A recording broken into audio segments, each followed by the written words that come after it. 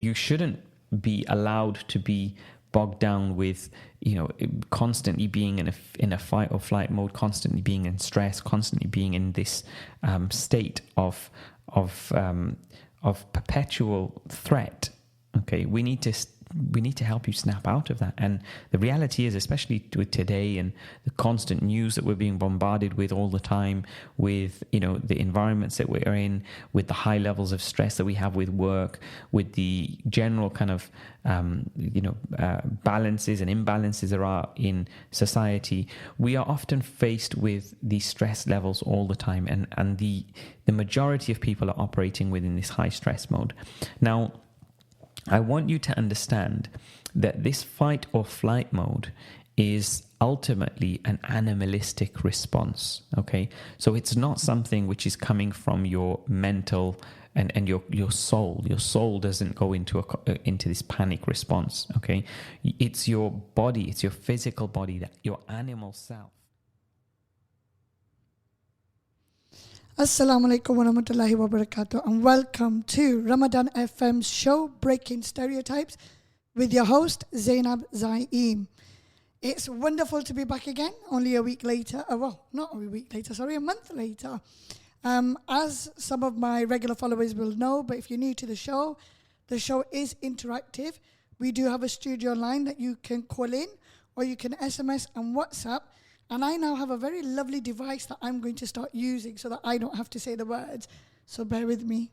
Call in on our studio number, which is 0116 4822 086, or text in at 077 488 055. I will never ever get tired of that device. You can also chat with us through Facebook on Ramadan Radio FM. So please do, if you have any questions for our lovely guest this evening, then do either call in, message, or leave a comment. As always, I like to start my show by thanking the team at Ramadan Radio, because without my producer and without everyone working in the background, this show would not be possible. Along with thanking all of my guests, again, without whom the show would not be possible. And also my listeners and my viewers, thank you very much for tuning in and always giving me that support, because who doesn't love a little bit of confidence boost every now and then? So tonight, who do we have? Now, this is a woman I met recently this year when I was actually invited to the House of Lords, and she will remember what a memorable afternoon that was. And I'd been following her on LinkedIn for quite a while, actually, so I was quite familiar with who she was. So tonight we have Sarah Khan Bashir, MBE, and what I hope is going to be another epic series of everyday people breaking those stereotypes on a daily basis and overcoming challenges in their own unique way. And Sarah has been doing just that. Now, if you are familiar with LinkedIn, and if you do use that platform for whatever it is, for your work or just a little bit of fun, I do recommend that you follow her. She does have a lot of inspirational tips, journeys, so much that she is doing.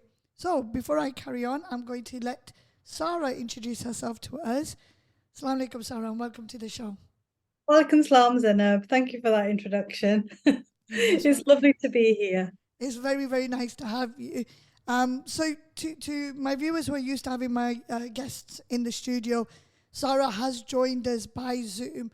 So if there is a few technical issues, then do bear with us. And I don't know if anyone would have noticed, my producer was walking around in the background. That was not because he wanted to be in the radio show. It is because he's trying to fix my camera. Sarah, so please can you introduce yourself and tell us a little bit about who you are and your background, Sure. please.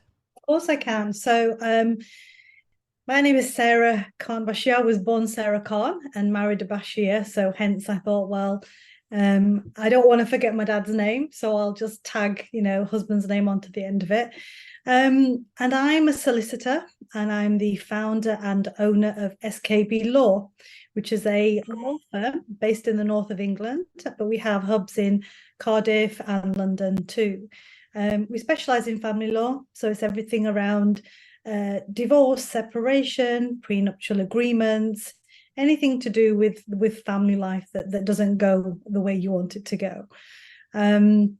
We also have an academy alongside the law firm, and we created that in 2019 to help people who want to get into law by providing legal training, employability workshops, anything to try and give them, an equal chance as other people that were getting into the legal field. But because of social backgrounds and cultural differences, they were finding it difficult to enter that field.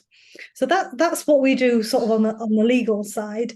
I also do podcasts. So as a result of the work I do with families as a lawyer, there's a lot of stories that came out of those clients.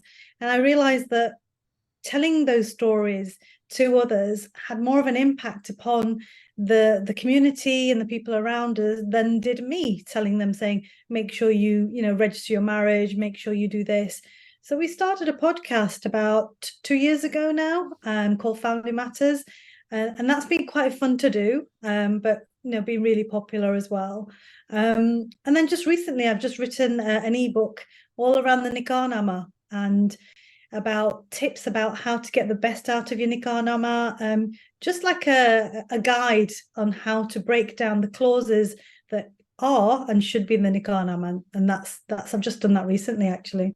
Fantastic, wonderful. Now, Sarah, from what I know of you, because I know of you, I've met you, but I don't know you as like I wouldn't know a friend, because we've not had that communication, that interaction. But I have found you to be quite humble, because one of the things that you have actually left out, and I don't believe you've done that on purpose, it is because you're a very humble person, but it does deserve recognition. Now, what you've missed out is that you were named Lawyer of the Year at the 2022 Modern Law Awards. And very recently, you won Yorkshire Lawyer of the Year, and that was this year, 2023.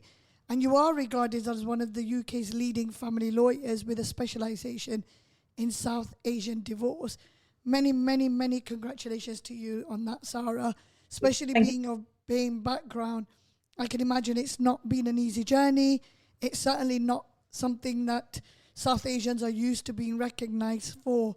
So well done, and hats off to breaking those glass barriers. So before we start getting into the challenges and any tips that you might have for our viewers, and what I really want to know, and this is a question I do tend to ask majority of my guests, what did you want to be when you were growing up?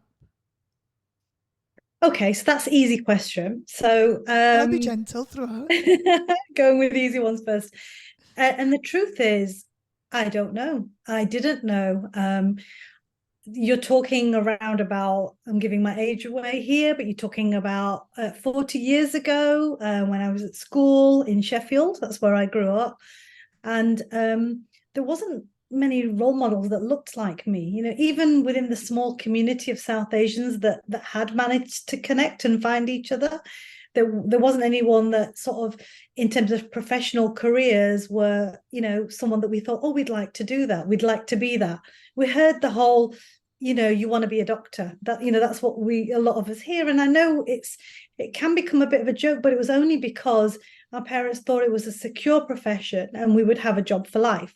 So, as a parent now, I'd want my children to go into a profession that I feel they'd be secure in. So I can understand why mum and dad sort of said, try and be a doctor. But unfortunately for me, or fortunately for me and unfortunately for mum and dad, I didn't have the inclination to go into medicine. I didn't have the grades.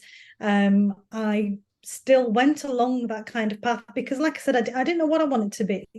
So I still went along with the A-levels, doing all science A-levels, because I thought, well, in the absence of anything else that I want to do, I may as well follow my parents' advice. But because it wasn't what I really wanted to do, it wasn't where my heart was, I didn't do very well at A-levels. I actually failed my A-levels first time round. And, if my kids are listening today, because I tell this story a lot in the schools that I visit, they'll be like, oh my God, Mum, you never told us that. But they've all done their A-levels now, so I'm okay. I can say that. But I did, Zainab, and it's because, I didn't love what I was doing. And so, I tried again and I had a look at alternatives. But there was no one that either reached out and said, have you thought about this? You were very much left to what your parents could sort of glean from other, parents as to what the best way forward would be for your child. And then I ended up doing an actual chemistry degree for the want of doing anything better. And I did that at Sheffield. And I did pass it. I did enjoy it, but it wasn't my ultimate, it wasn't me. It wasn't who I was. Okay, that's very interesting. Well, as someone who's got a C and a D and two Fs in late A levels, I know exactly where you are coming from. And most of my followers are fully aware of my background, Sarah. And without, going into it in a lot of detail, very similar to you, there was not that many role models. When I was growing up, I'm going back about 24, 25 years. When I was in high school, I could go a bit further back, and we're talking about primary, about 30 years ago. There wasn't that many role models, especially not somebody that we could relate to. And unfortunately, what I got growing up was because my academics were not strong, I got told by a lot of the teachers, by my peers really, that I'm not going to amount to anything and that I shouldn't really have any aspirations for making it big, in speech marks.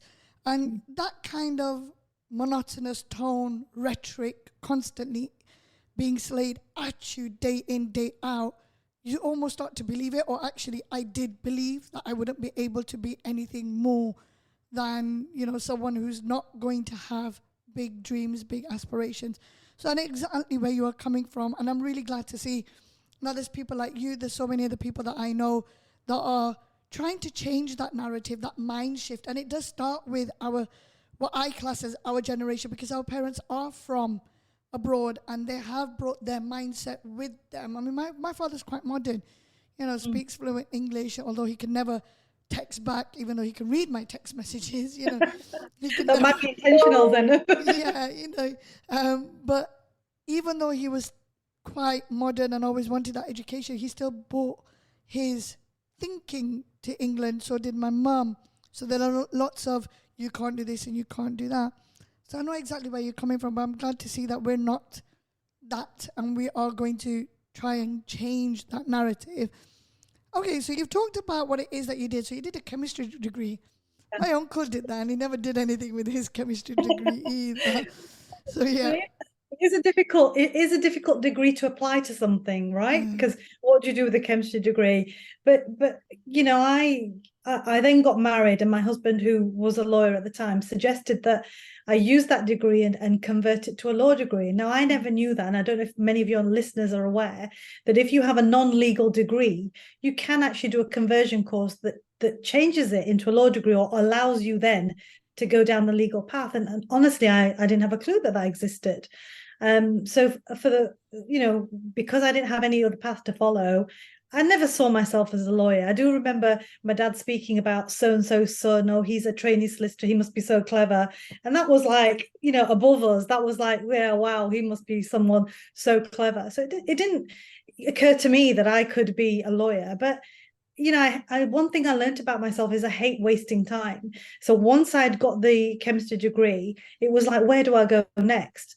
And if I can't find a job that I can apply that to, I'll keep studying. So I studied the conversion course and then completed the LPC. And then it was left with, well, what kind of legal career do you want to go into? And still, it was very tentative. We've spoken before, and even in the legal field, all those role models, when you go down to the Law Society and you see all those pictures in the corridors, they all showed different people to us. They were all white, they were mainly male, and it was like, okay, that's a different world, and I'm trying to be a part of it, but how far will I be accepted in this sort of career field? So how far are we willing to go? Because we need a lot of tenacity and a lot of feistiness in order to be able to break those glass barriers. That's what I always say. And you're absolutely right. It is quite difficult. In terms of the conversion course that you are referring to, I take it you're talking about the graduate diploma in law, because that's the one that I did. GDL now, yeah. It used to be the Common Professional Exams, the CPE. That's when I did it, yeah. So I did it when it was the GDL, but funnily enough, I actually don't have an undergraduate's degree. So I've got no undergrad, and I've got the GDL and then the LPC. But it's a very long story and I won't get into it. But the SRA issued me with what was known as a mature student certificate that allowed me to get on the course. But even then, DMU rejected my application because they'd never seen that certificate. I had to meet a different criteria with the SRA.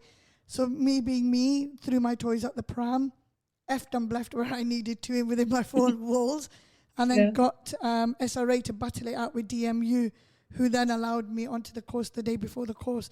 So it's a whole another story, but we're not talking about me today. It's all about you.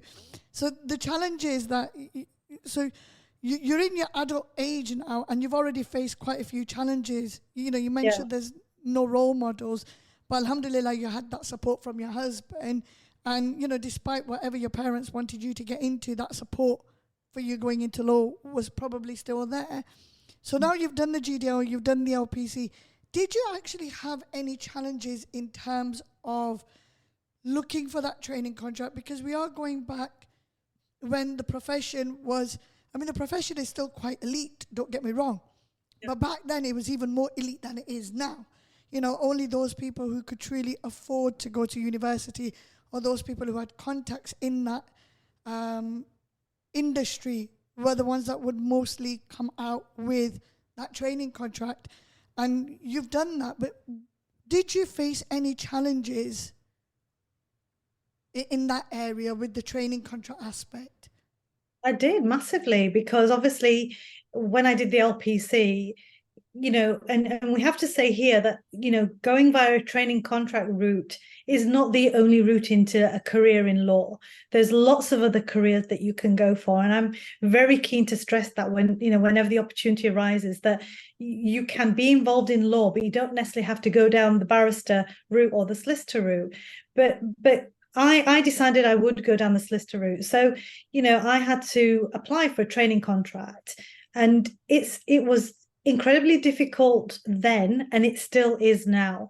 This situation hasn't changed. A lot of it is, you know, who you know, just getting lucky, being in a firm that is recruiting at that time, and they've had an opportunity to see what you're like. But I wrote hundreds of letters asking for a training contract. And I wish, Zainab, I'd kept the rejection letters that I got every morning. I'd come down, see the doorstep and see the letters on there. And it's soul destroying, you know. And sometimes it'd say, no, we haven't got a position available. Sometimes they just send your CV back. I mean, why are you doing that for? What am I going to do with a crumpled CV? You know, save me the embarrassment. So it was hard work. And so eventually I got a job it was in a law firm, but it was in a role that was very sort of like a sausage factory, in as if you're buying a house and it's a part of that chain. So there was not much legal application involved in it. It was just a process. And while I was there, I started applying again to try and see if I could get a training contract somewhere, and was unsuccessful. But what happened was, one day, somebody that I'd done the legal practice course with, he rung me up and he said, I'm working in a firm in central Bradford, and the family lawyer has left, and my boss is looking for a family lawyer. So why don't you come up and meet him? And I'm like, well, I don't know anything about family law. What am I going to do, you know, when I meet him? He said, come up anyway, just speak to him. So the boss, I remember John, you know, my first boss, and, you know, one of the best bosses I've ever had, to be honest. He said to me, right, well, I do need a family lawyer. You're somebody looking for a training contract. You know, where are we going to meet in the middle here? So I suggested to him, I said, look, you need a family lawyer.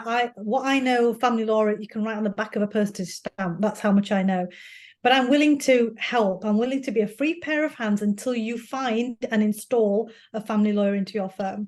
In the meantime, I'll work for you for free.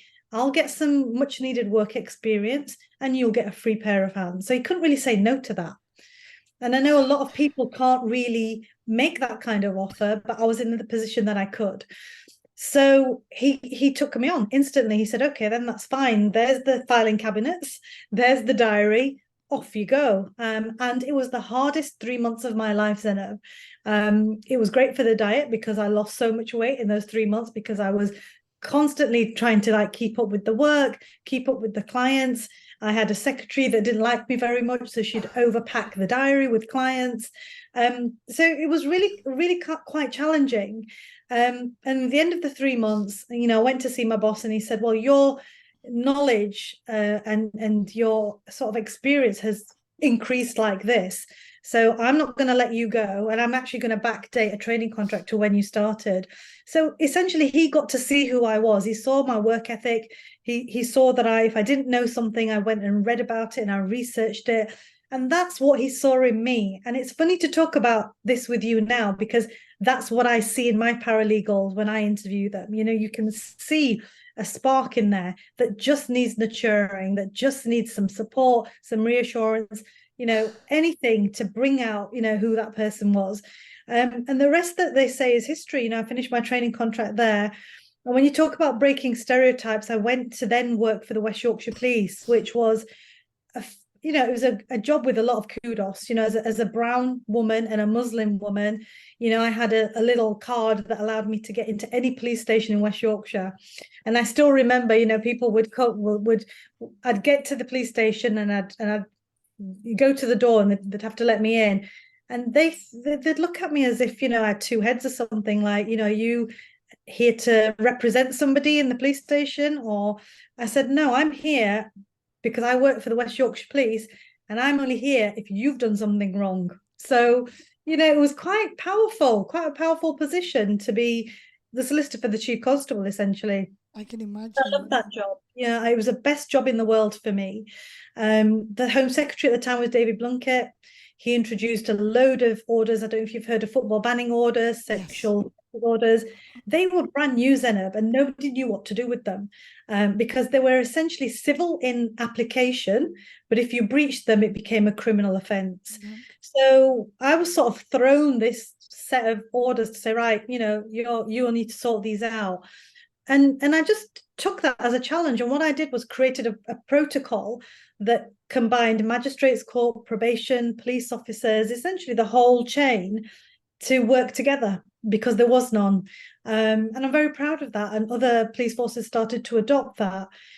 But it just goes to show you that, you know, if there isn't a path there carved for you, like I didn't have a path carved for me, but you follow what you know that you can do and what you're good at with hard work. And for me, my faith is incredibly important. You know, I remember working at the police and it was Ramadan. And I remember thinking, you know, I wanted to pray and there wasn't a place to pray. And I used to say to myself, I would love to work in a place that allowed me to observe my prayers. Not that I was at that time 5 a day or anything like that. But in Ramadan, you just need that extra, you know, dose of prayer, you know, spirituality. And, you know, I always believed that I would get to that place where I'd be able to observe my faith and it wouldn't sort of, you know, encompass upon my career or allow people to say, oh, you know, your faith is overtaking everything else. And with Allah, I have a relationship where he's always been there, you know, good, bad, ugly, you know, people come, people go in your life. But for me, Allah has been constant. And I'm old enough now to see that whatever paths life's taken me down, it's been for a reason. So when you talked at the top of the show about Lawyer of the Year 22 in London, Lawyer of the Year in Yorkshire last month, that wasn't something that I set out to achieve. That honestly happened only by the grace of God, but through using those opportunities and chances to do good, not just to do good for my clients, but to do good for the people around me. You know, making the sort of SKB Academy to help people who were struggling. You know, if all I can do is offer them a chance, then that chance might change their lives. And, you know, the Quran says throughout it is that we are tested on how we treat humanity, you know, and that sits side by side with me being a lawyer. In fact, when I practice as a lawyer, a lot of the advice I give is down to the faith I believe in terms of what would be the best outcome for this client. So, you know, those challenges, the police, the challenges were always, no one believed that I was a solicitor as a brown woman. You know, I'd walk into meetings and a really sort of high profile meetings with chief superintendents, and they'll be still sitting there 10 minutes after the meeting has started and not saying anything. And I said, oh, well, is the meeting going to start soon? And they'd be like, yeah, we were just waiting for the fourth solicitor to arrive. And I'm like, well, I'm actually here. Yeah. You know, it's like changing that conception. I mean, you may have had it. You go to court, you ask which courtroom a certain case is in, and the first thing will always said to me was, "Are you the defendant?" And I Yeah. went, "No, I'm not. I'm the lawyer." So, you know, if all I can do is say to young people, you know, who are from my community and beyond, you know, that if you don't have a path that you think you can follow, carve your own. Because by doing that, I've been allowed to take certain risks within my business. And it's given me the freedom to make really bold decisions and then create meaningful change. And that's so exciting. Absolutely. I'm going to stop you there because we've covered quite a lot, and I do have some questions that have come I from. thought you would. That's why I kept talking. So you couldn't ask me the question. Very clever. Apologies for coughing away in the background. I seem to have developed a bit of a That's tickly okay. cough, and I was trying my best not to disturb you. For those who have just tuned in, you are tuned in to Ramadan FM's Breaking Stereotypes show with your host Zainab Zaeem, and today we have our lovely guest, which is Sarah Khan Bashir, MBE, who is a solicitor and law firm owner. Is it Bradford? Am I correct? Yeah, the hometown, the main office is in Bradford. Yeah. Got that right. I just wanted to make sure I got that right. Fantastic.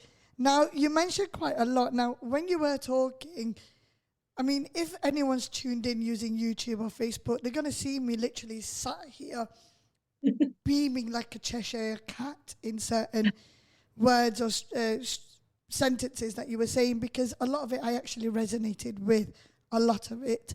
And, you know, I had a business, a textile business, and, you know, I'm not here to talk about the stereotypes that people have got with textile industry, but I had one. And I remember we were actually visited by HMRC, who were doing regular audits on our unit. Because back in the day, contrary to what people think, we would get regularly audited, not because we'd done something wrong, but because that's just the way things work. They had their own protocols and so on to follow. And I remember I shared an office with my first ex-husband at the time. When I was in one corner, his table was in another. And the VAT lady, as I call her, walked in. She just plonked herself down in one of the spare chairs. And she didn't say hello. She didn't ask me who I was. So I just carried on working. And a good 10, 15 minutes later, she turned around and she goes, "Oh, when is this Mr. Zainab going to turn up?" And I looked at her and I said, "I'm sorry, Mr. Zainab." She goes, "Yes, I've got a meeting with this Mr. Zainab. How rude, you know, very late." And I said, "Well, first of all, Zainab's not a Mr. It's a she. And she has been sitting here for the last 10 minutes, but you didn't knock, you opened the door and you sat yourself down and you plonked your head inside a book. So I didn't really disturb you." And she goes, "Oh, well, I thought you were the receptionist." So I said, "Well, you thought wrong." And then she goes, "But you're way too young to be the director of a company." And I said, "Well, I didn't realize that there was an age limit. As far as I know, you had to be an 18 and over. And I was definitely 18, you know, I think I was in my 20s. So it goes to show that people have those, you know, barriers everywhere you go, those kind of, you know, it's just what... Conceived ideas, right? Yeah. Absolutely. Now, you mentioned the word when you said rejection. You said you wrote hundreds of letters and you got loads of rejections, and I can relate. But you mentioned the word soul destroying. Now, to our listeners out there, anyone who's in a similar position, whether that's the legal industry or any other industry, can you give us some tips on what you did to overcome that rejection, motivate yourself to carry on? Yeah, definitely. I mean, like I said before, my faith was a big part of everything I did and felt and went through. And I'd always try and reassure myself after obviously falling down in a big heap and having a bit of a cry and then picking yourself back up again. It's like, okay, well, these things are meant to try us. Everything does happen for a reason. And I do believe that. And it just makes you look at things differently. If I hadn't have got those rejections, if I hadn't have then been pushed into the job in the generic sort of process-driven, you know, legal property firm, then I would have probably never been in the position to have that call, you know. And one of the main driving factors was that firm, as generic as it was a big firm. So when I then went to the boss who needed a family lawyer. When he heard where I was working, that was like a big star light up for him. Wow, they're a big firm. You know, you must be really good to work there. When really I wasn't. But, you know, so you've got to see, and it's hard because I have this conversation with my daughters who are all sort of young. I mean, I say young, they're all, you know, degree, they've all gone to university and they're out doing their own things in the world. But it's always like your path, you have to take those steps forward, but your path is destined in a way for you. You have to, though, make the moves to create and use those opportunities. Everything that comes your way, Zainab, is an opportunity. So what I would say to anybody in that position is, yeah, okay, have you cry and you moan and you vent and whatever it is, and think of a way around it. You know, they always say, if there's not a door open, create a window, find another way. I mean, like I mentioned to you earlier, when I struggled to pray at the police because there wasn't the facilities or the setup or the management, who'd have thought, you know, 20 years later, I'd be owning a practice where I could say to my team, you can all have Fridays off during Ramadan to observe your I mean, that. So you have to believe that, you know, if you want something, you will find a way to achieve it. Disappointment isn't permanent. It's Absolutely. temporary.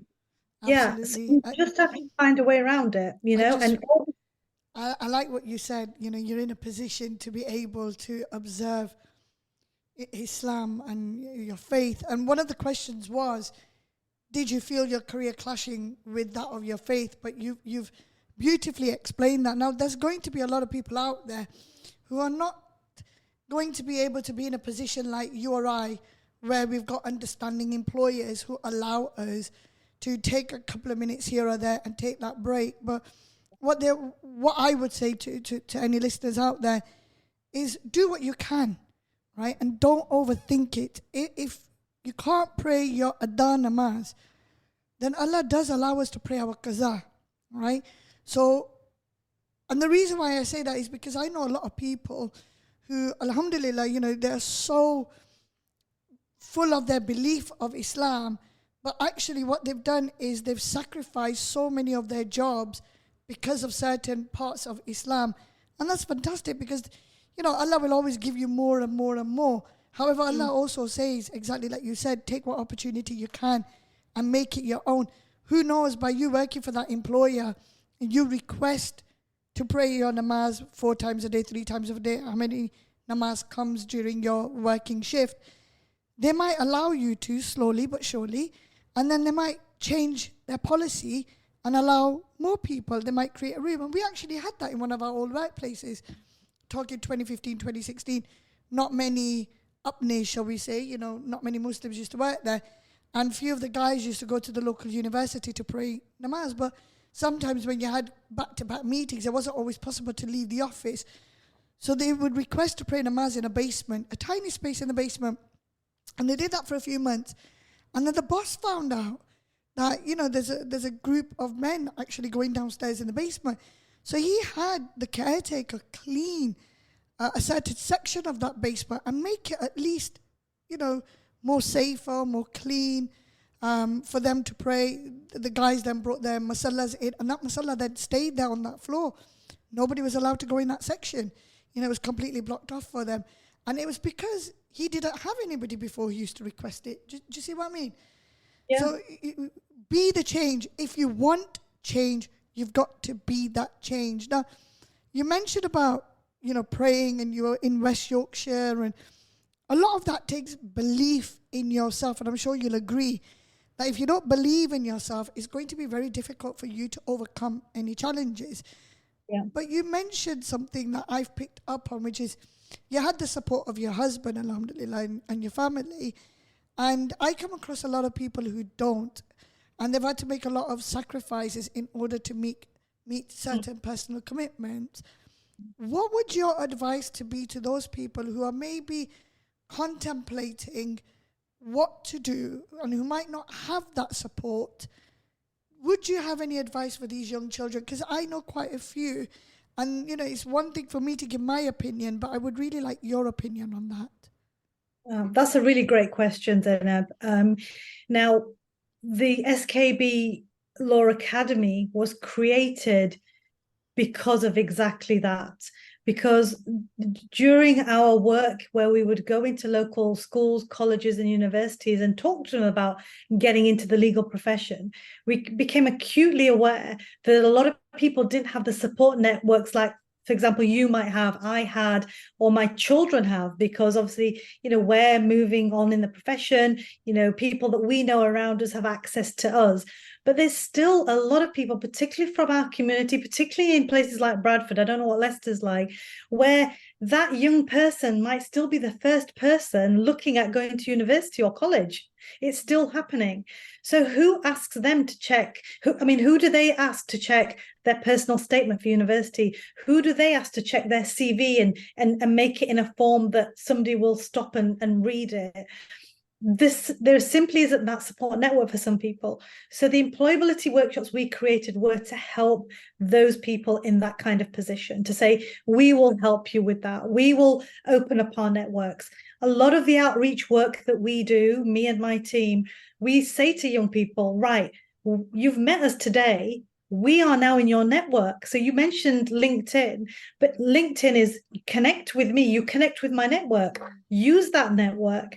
Look for a mentor. One of the things that I had was, even in my big old age, I met somebody who was like a cheerleader, whether it was good or bad. She would be, a phone call away to say, maybe you need to do it like this. That's good what you're doing. Maybe not so much like that. You need a good support network of either friends or family who may or may not understand your profession or what you're doing, but they believe in you and they believe in what you can achieve. So that's very, very important. That's the first thing I'd say is reach out to get a mentor, reach out to get somebody who you can trust and rely on. Go to every event that comes your way. And I always say this to young people, whether the event is related to your career or not, whether it's related to your interests or not, you should always go. Because Zainab, the amount of events I've been to, which haven't been directly relating to my job, but I have met the most amazing people, and your interactions, if they're always kind, you will meet those people again in life, because life is short and the world is small. Absolutely. And those people cross your paths. Every person in your life crosses your path for a reason. It's up to you to take the time to find out why that person is crossing your path. The second thing is, I met you in the House of Lords, because what we did, we launched a network called the Aura Network. And the reason for that was exactly what you were talking about, is that there are a lot of women like you and I in this profession, all at different stages, whether it's entry level into the legal profession, whether it's partner level, whether it's looking at becoming a judge.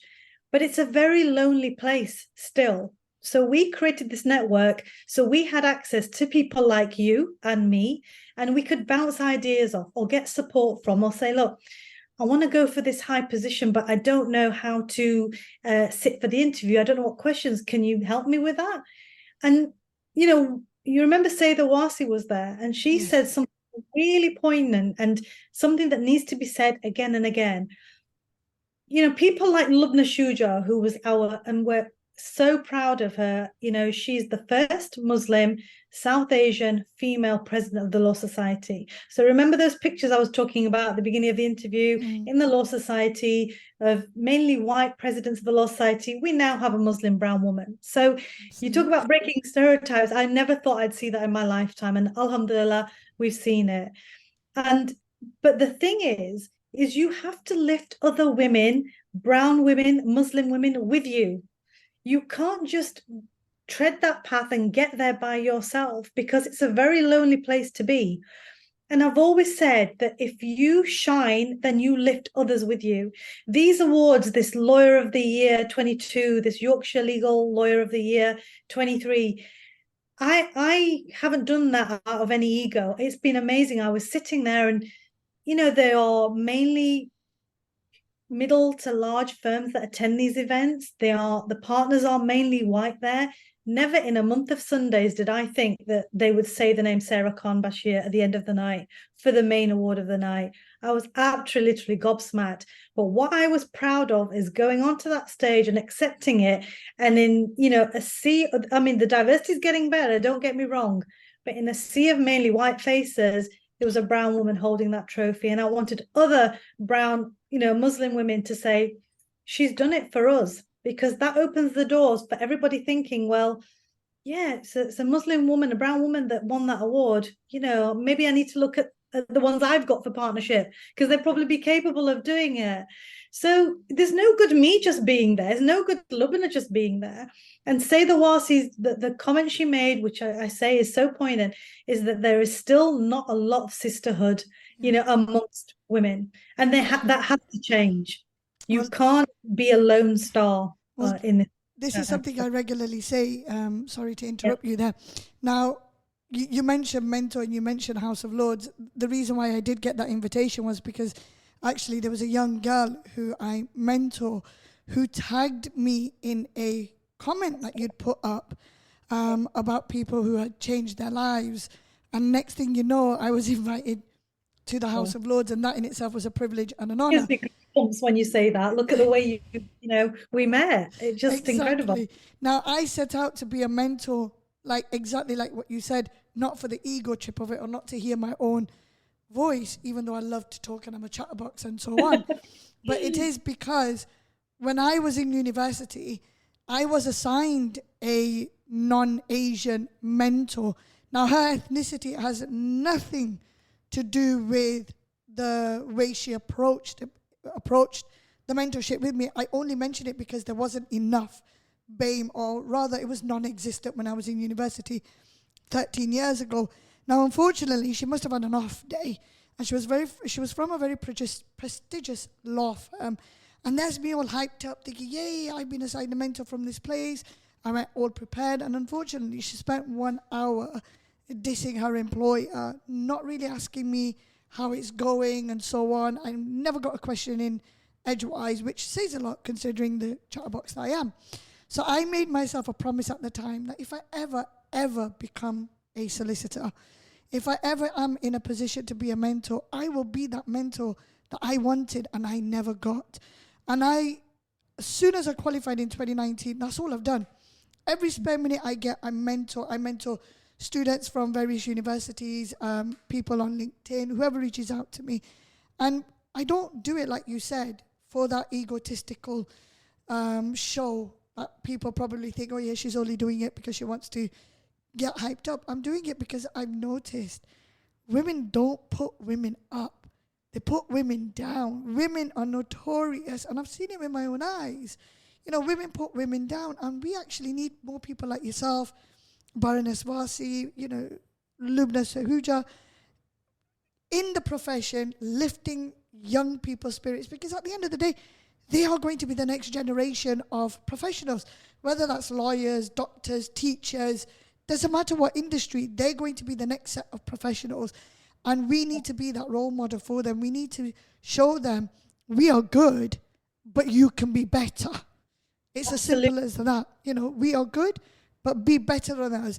Use whatever mistakes we've made or whatever decisions we've taken that haven't worked out, learn from it, grow from it, and take it one step further. Now, we have about 6 minutes on the clock, and we've covered quite a bit, but you did mention your academy, so I do have a question about the academy, please. Now, I know you're based in Yorkshire, that's where your main hub is, your main office. The academy, is it open to the locals there, or is it open to the whole country in UK? Yeah, it's open to anyone who wants to apply. Essentially, we arrange legal training, we try and arrange work placements. We've supported over 1,000 students, with the academy, over 50 work placements. And for a firm our size, that's pretty incredible. I'd challenge any middle to large firm to say that they've offered that much work experience, but it's a question of wanting to do it. I always say this to firms who say, oh, well, we haven't got the setup to do it. We haven't got the people to do it. My team have created a structured work experience program, which is basically a booklet. And, the student comes, or whoever it is, we have mums returning back to law after a break raising children. So, they don't feel in the way. They're not sitting there making cups of tea and photocopying like a lot of work experience seems to be.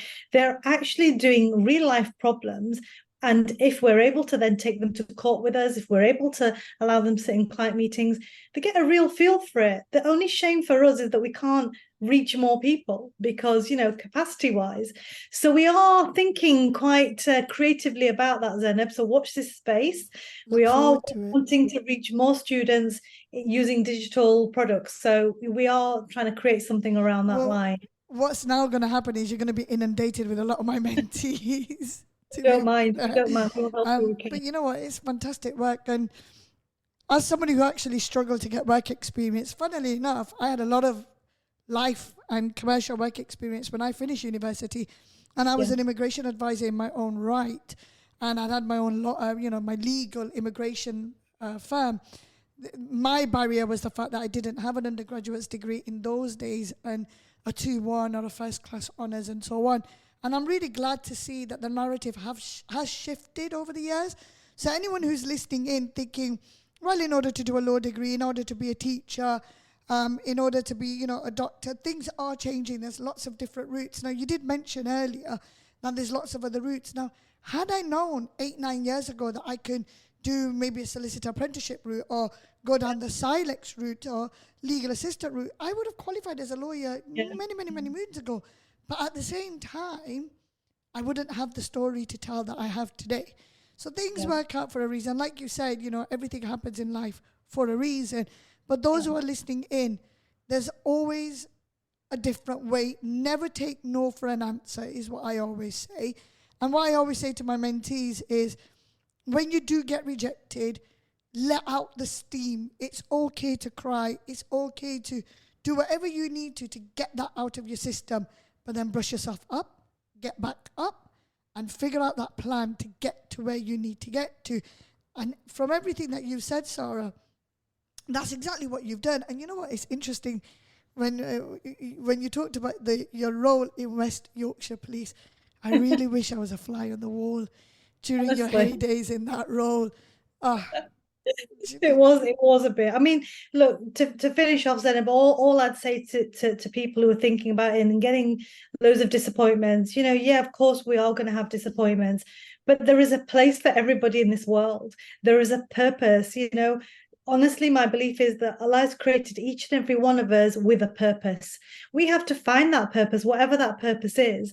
And one thing I like to do with students or people that come and speak to us about employability and getting into careers is I say to them, if you've got somebody that you trust, it could be a best friend, it could be a sibling, it could be a parent that you're very close to. Sit down with them and honestly ask them, have an honest conversation and say, tell me what I'm good at. Tell me what you think are my natural abilities, because every child, every young person, every adult, everyone is born with their own unique set of abilities. And the tragedy for me is when I meet people that haven't, one, realized what those special, unique skills and qualities are, but second of all, haven't had the chance or the opportunity or even made their own opportunity to go and find what those skills are. And so, if someone says you're good at organization, you're good at talking, those are the kind of careers you want to be looking at that set or complement your natural skills. Because if you follow a career path that complements what you are naturally good at, you'll never feel like you're working a day in your life. Absolutely. What I always say to people is know your strengths and weaknesses and identify what those are. Use your strengths to prop up your weaknesses and use your weaknesses to increase your strengths tenfold. Let the two complement one another and don't be shy about understanding, identifying and increasing your weaknesses to make them better. Now, we've got about a minute on the clock. Now, you've covered a lot of tips, but can you give us maybe 2 or 3 golden nuggets in about 20 seconds so that the viewers can see what your golden nuggets are?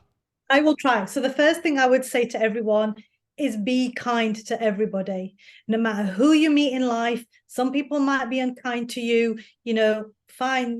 My belief is walk away. I know my youngest would probably say, no, Mom, you stand up to them, but be kind to everyone, because I've seen Zainab, that person crosses your path later in life and that kindness pays back dividends. Yeah, don't burn your bridges. Absolutely. Don't burn your bridges ever, really. Believe in yourself. That's the biggest thing. And confidence comes from inside. strengthen your faith, strengthen your iman, because honestly, if you've got Allah on your side, there's nothing that you can't do. Absolutely. You know, the only limit is you. And that's what I always say. And I keep going on and on about it. The only limit is you. The only person that's going to make it is yourself. Now, we've got about 10 seconds in the clock, so I'm going to sign off. This is Breaking Stereotypes on Ramadan FM with your host, Zainab Zaeem, with our lovely guest, Sarah Khan Bashir.